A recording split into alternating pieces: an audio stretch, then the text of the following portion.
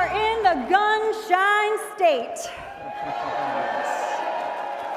It is so good to be with you all here today, and I look forward to this awesome conversation that we're getting ready to have. I have to tell you real quick, 2 years ago this month, I had flown from the Parkland Town Hall to CPAC in DC, and 2 years later, it's really good to be with you all again and talk about continuing protecting our Second Amendment rights. So let's get started to discussing these issues, because there's a lot to go over. Thank you. All right, so we had some really good conversation backstage about all of this. I want to start, some of these questions I want to ask both of you. You know, we were talking about this. Some of them I'm just going to open the field. But I'm going to start first and foremost with, I would say, I don't think, for the first time ever, I don't think I'm the biggest fire starter on the stage. It's a really nice feeling. Thank you. Thank you, Congresswoman Boebert. I appreciate it.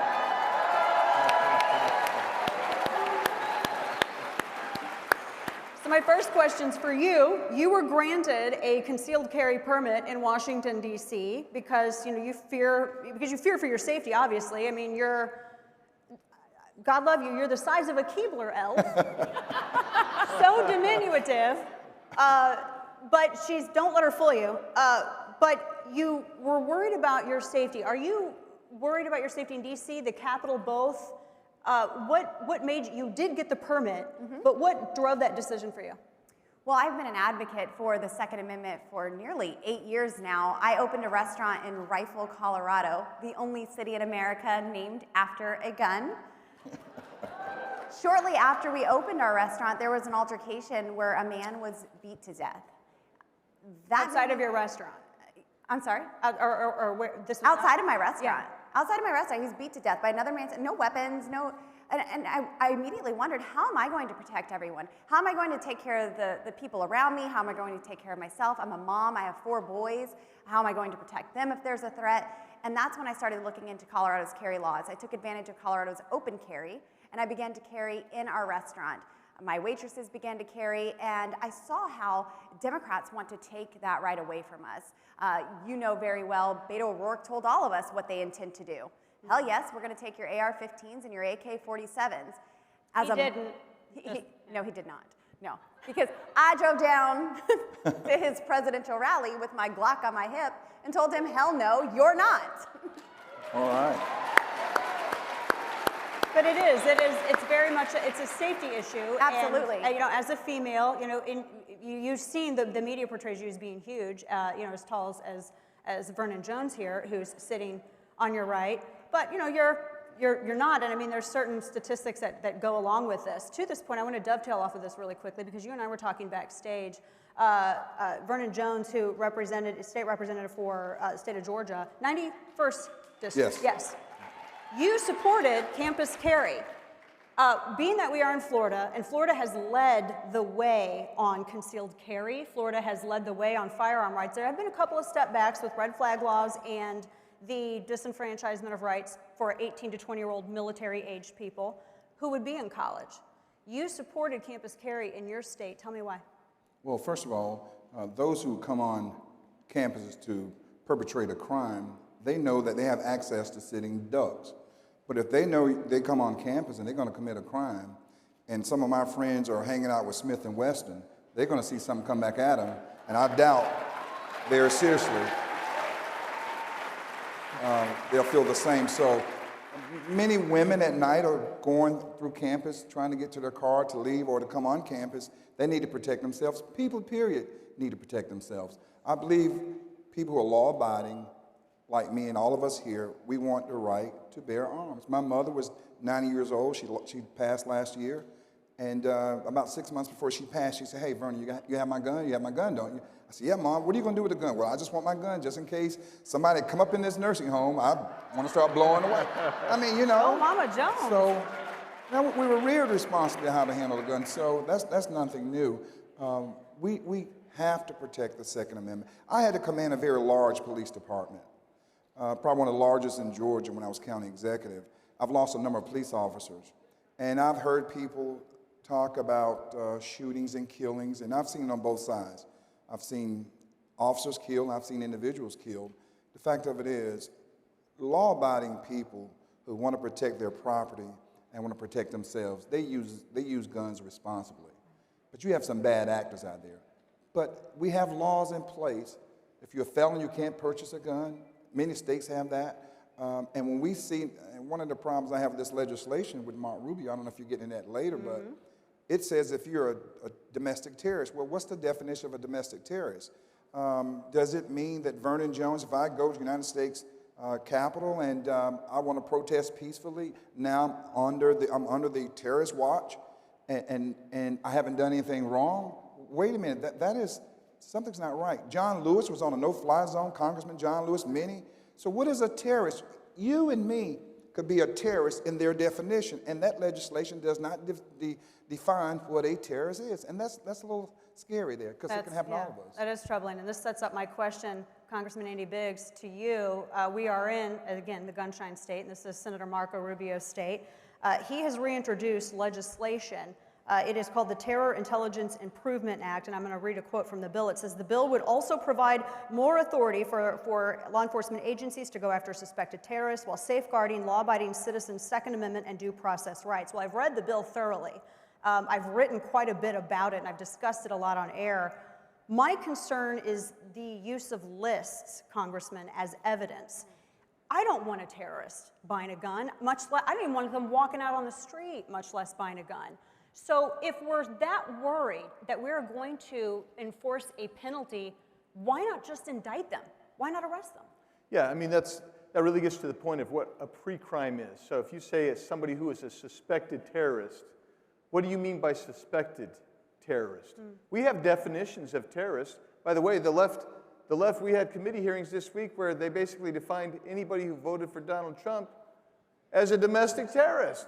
Yeah. So what are we? Are we all suspected terrorists because there is a mindset in the authoritarian left? So you actually, it's kind of a misnomer when they say they're going to protect due process. You cannot protect due process and put somebody on a list and say they're a suspected terrorist, and because they're a suspected terrorist, we have no reasonable articulable suspicion, we don't have any probable cause, thus we cannot arrest, we cannot adequately investigate, but we're going to put them on a list.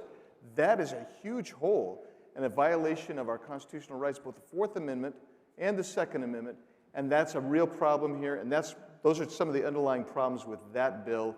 And that should be a flusher. We should just be flushing that bill. And to that point, we don't even know the criteria for even getting on that list. There's been quite a bit written about this. Now, you have a terror watch list and then you have a no-fly list, but it's the same. We don't even know the criteria to get on this. And I don't know what the left has with lists, but I'm not a fan of that at all. Now, a couple of other things that I want to get into, because I want to hit the big issues, then I want to get into some personal stories here.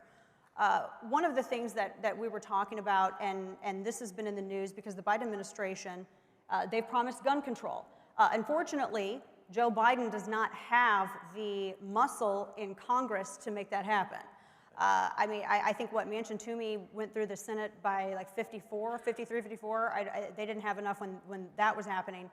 They're not going to have enough with some of the legislation that they're trying to propose now. But that's not stopping him from looking at regulatory enactment of gun control. Right. How can they go and abuse the regulatory process? Now, to this point, it's the issue of ghost guns. Now, we all were talking about it. We all know. How many of you know what a ghost gun is? It's actually a phantom. It's a goblin that will haunt you at night. No, I'm kidding. It's not that at all. It's basically you're 80% lower if you're making a 3D gun at home. They're talking about the serialization of firearms, and the way that the law is right now, it's like 18 USC 922 or 19 USC. You get a blank, you get one of the 80% lowers, or you make your 3D printed gun. There's still federal regulation that says it has to be detectable if it's polymer, plastic. You have to have a percentage of metal. If you're a hobbyist, you can, with your 80% lower, you can make your own firearm at home, and if you sell it, it has to be serialized. So whoever wants to take this first, we can either go with Congresswoman Boebert or Congressman Biggs or Rep. Jordan as well. We could. This situation with ghost guns, is this going too far? Should Bureau of Alcohol, Tobacco, and Firearms, should they even have any weigh in on this issue at all? Should they be defining and trying to redefine what these parts are and aren't as a way to stop hobbyists from a perfectly legal activity? So if I can just weigh in first, and then you guys can clean up the mess I make of the answer to this question. But I look at it, and what they're doing is creating law where there's no legislative authority. That's what the agency's doing. And so that's strike one right there. Number two, it's a legal activity that you're trying to impose your will, your bureaucratic will. And this is the problem with all of Washington, D.C., is that Congress will punt and lay down so the bureaucrats can go out and do whatever they want. I would say that if we as legislators thought there was a problem, that's where it would originate. We should be doing that. There is no problem right here. This is a manufactured crisis so that the bureaucrats can go over and take over, and it's one more inroad in violation of the God-given right, Second Amendment. Yeah, no, I would agree. You didn't make a mess of that at all. That was a good answer. So, Dana, I see this as another hijack of the American language. They are abusing this term, and they're just running amok of it. I mean, we want to be called domestic terrorists and be put on lists and all of these things. Well, then aren't we all domestic terrorists? Haven't we all been called domestic terrorists? My mom is backstage. She was accused of being the bullhorn lady and leading folks in the Capitol. And, you know, we all came to see that that wasn't true. Speaker Pelosi has called us the enemy within. There's metal detectors. At the end of the day, this is all about control. DC wants control of everyone's life. And I am there to defend our Second Amendment. This isn't about taking my gun, it's about taking your guns, and I will stand up for your God-given rights every single day.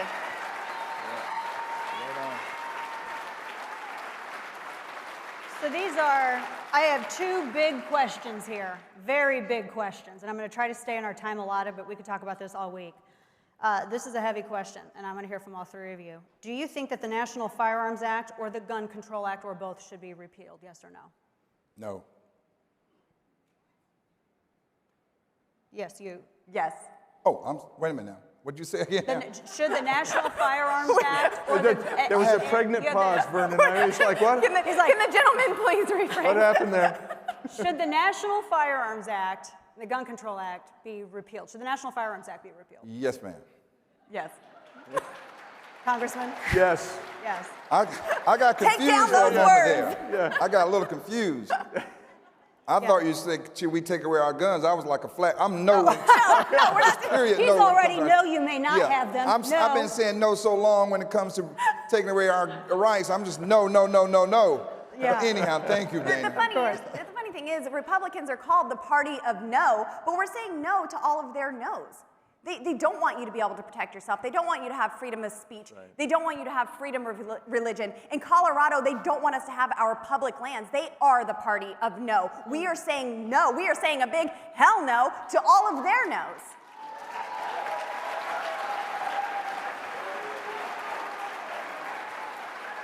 So during the Supreme Court hearing to confirm Justice Amy Coney Barrett, who I like very much, there was a lot of hay made over her decision in Seventh Circuit, I believe, over Cantor v. Barr. Now, just to put this fast, this issue had to do with whether or not non-violent felons should have their rights restored, their right to Second Amendment. There's been a lot of discussion over this, and it had to do with this man, Robert Cantor. He was selling medical shoe inserts, and he was falsely saying that they were endorsed by Medicare. They weren't, so they got him on felony mail fraud. Well, it's a felony charge, so for the rest of his life, he's a prohibited possessor. And Amy Coney Barrett was arguing in her opinion on the case that that's not historically what the litmus is, whether or not someone is a danger to themselves or is dangerous, period, a danger to other people. That should come into play. I mean, obviously, violent felons are separate, but where it concerns non-violent felons, the court never said that Robert Cantor was violent. Robert Cantor was never violent, and so a lot of people were trying to smear her over that. That context, now that you have it, my question for you three, do you believe that nonviolent felons, in the context of this discussion with Cantor v. Barr, should have their Second Amendment rights restored? Let me say this. it's kind of interesting. Republicans are going to have to start taking the lead on a lot of issues that were really created by Democrats. Amen to that. That's good. That's a great point. Democrats passed those gun control laws targeting African Americans, that was a way to suppress their votes. Think about this. That was a way to suppress their votes. They become a felon, then they cannot get a gun. It could be anything. Now, I know that's a little deep. Y'all haven't caught up with me yet. Now, all of a sudden, Democrats are going to these legislatures wanting to give people on probation, parole, the right to vote again. Democrats should say, you guys were the first ones to do it anyhow. We're going to come with the Voter Restoration Act, and we're going to do it in a way that those nonviolent offenders that had nothing to do with being a danger to society, but they were stripped of their voting power. They paid their dues. They're on probation. Why not Republicans get ahead on that issue? Because Democrats are dominating that issue, and that is furthering keeping minorities, actually keeping everybody, good white and black people, from voting who want to vote. Why not? And what did voting have to do with being on probation or nonviolent offense? What did it take the voting right away from them for? What did it really have to do with it? That's a good question. It was politics. It was voter suppression. Congresswoman? Absolutely. I mean, these are nonviolent crimes that we're talking about, and this is a way just to suppress and control people. But they're not stopping with the Second Amendment. I mean, we mentioned the First Amendment in Washington, D.C. You know, I wouldn't be surprised if we start quartering soldiers in the committee hearing rooms. There's plenty in the parking garages at Fort Pelosi. We could bring them on in. And, you know, maybe we could start unreasonably seizing and searching members of Congress. Oh wait, we're already doing that on the House chambers, right? Yeah. We are. Yes, we are, with the metal detectors and all of that. So it doesn't stop there, and maybe the 19th Amendment is next, and you and I wouldn't have a right to vote. Yeah, well. And you can't be called brother or sister. You have to be a sibling. Exactly. Then you'll get in trouble for that on the floor. guardian. Congressman, I want to have you Be weigh in careful on of this this. because I have one more question for you. Yeah, so when we talk about restoration of rights, Second Amendment rights for nonviolent felons, that is a no-brainer. And we should be doing that. Our problem is we're in a majoritarian, self-governing body. Yes. And we're in the minority. When we were in the majority, we screwed up time and time again. Exactly. Yeah. That's exactly right. It's all right, Chairman. I'm even here on with you now. immigration. Yeah, I got Lauren with me now. But here's the deal. We can fix that.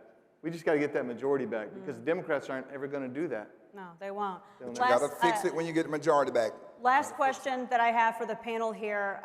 It's been discussed that the administration is going to have this four-pronged assault on our Second Amendment rights, going after, you know, the ghost gun issue, going after magazine capacity, because apparently they never heard the idea, you know, you can just swap a mag, to limit it to 10 rounds or under, suing manufacturers as well, and then just banning full-on semi-automatic firearms by conflating them with the term assault weapons. So for you two, and then to Representative Jones as well, Congressman, I'll start with you. What are you going to do in Congress to stop this from going forward legislatively? Well, so what we have to do is we have to stop, because I think the first two things they're really going to go for, I mean, you've got the ghost legislation, but they're going to go after allowing litigation. They're going to, because they think, oh yes, we think we can get the class action litigation on armament, ammunition manufacturers as well as gun manufacturers. We have got to not just work within the procedures, we've got to throw every speed stick down we possibly can. We have to make sure our colleagues in the Senate are there because they have enough votes to stop that in the Senate.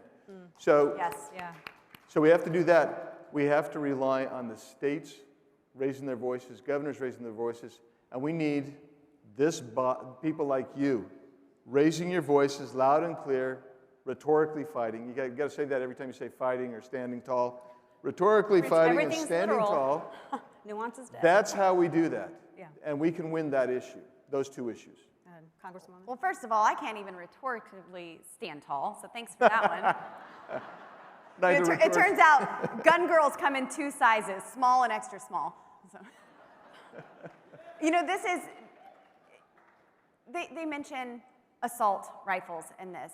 I hate that term. I hate it so much. An AR is not an assault rifle, it's an Armalite rifle, period. Assault is a behavior and a gun is an object. And so anything that they can do to hijack the language, to abuse the terms, to take control is what they're going to do. And I can't wait until we take that gavel from Speaker Pelosi in 2022. We will fix it all.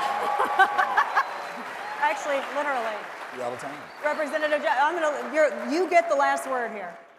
First of all, I'm tired of you guys beating up on tall people. No, Dana, I'm going to be real brief. The bottom line is all of our constitutional rights are under assault. Right. And we have to fight it at the state level and the federal level. We have to make sure our legislatures are Republicans so we can draw districts to preserve and protect and send the right people to Washington. And so I look at the whole thing. We're all under attack under the First Amendment, Second Amendment, the entire Bill of Rights. And so those framers of the Constitution got it right. That document has survived every document that has been out there. They got it right. And they didn't have an iPad or a laptop or a cell phone.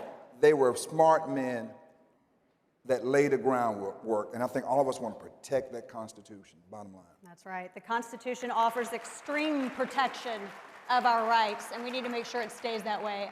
Panel, thank you all so much. I so appreciate Thank you all. Congressman Biggs, Congresswoman Boebert, and Representative Jones. Thank you so much. Thank you all. God bless.